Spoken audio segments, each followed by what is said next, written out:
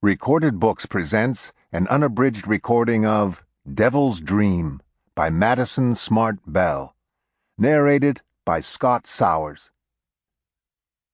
The author opens with two epigraphs. The first is a quote from Double Vision by George Garrett.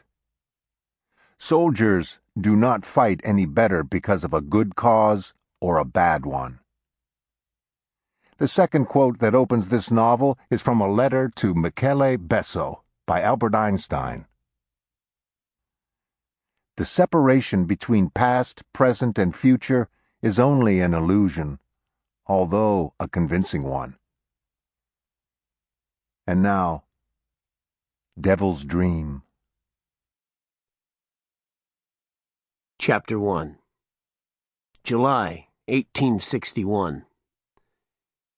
He passed the night in a canebrake a little way south of the Ohio River, still in earshot of the river's sluggish flow. Amid the cane he found a raised flat shelf of limestone, harder than sleeping on the ground would have been, but apt to give him some relief from ticks and chiggers, or so he hoped. Before he lay down, he splashed a little water on the four directions at the edges of the oblong stone. Not too much water, for there was a moon, and he didn't want to leave the cover of the cane to fill his canteen from the water's edge. When he stretched out, the walls of his empty stomach shrunk together, contracting like wet leather as it dried and cracked. Shadows of the slender cane leaves danced over the moonscape of the stone, and the pocks in the surface griped his back and shoulders, or his hip and elbow if he tried to settle on his side, so that he thought he would not sleep, most likely. He heard the crying of a screech owl and watched a bat wing flick across the curved edge of the moon, his eyes as hard and parched as the moon itself. But then the ancestors were sitting round him in a circle, one plucking slowly on a gut, spun and strung across a gourd, and another clicking time with two hollow bones against each other.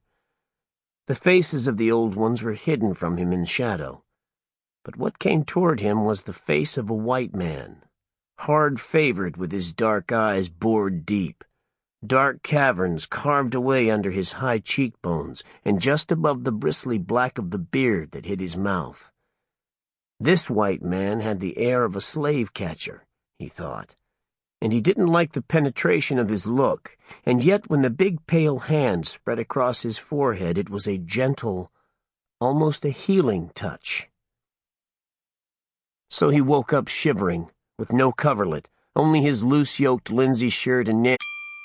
Sample complete. Ready to continue?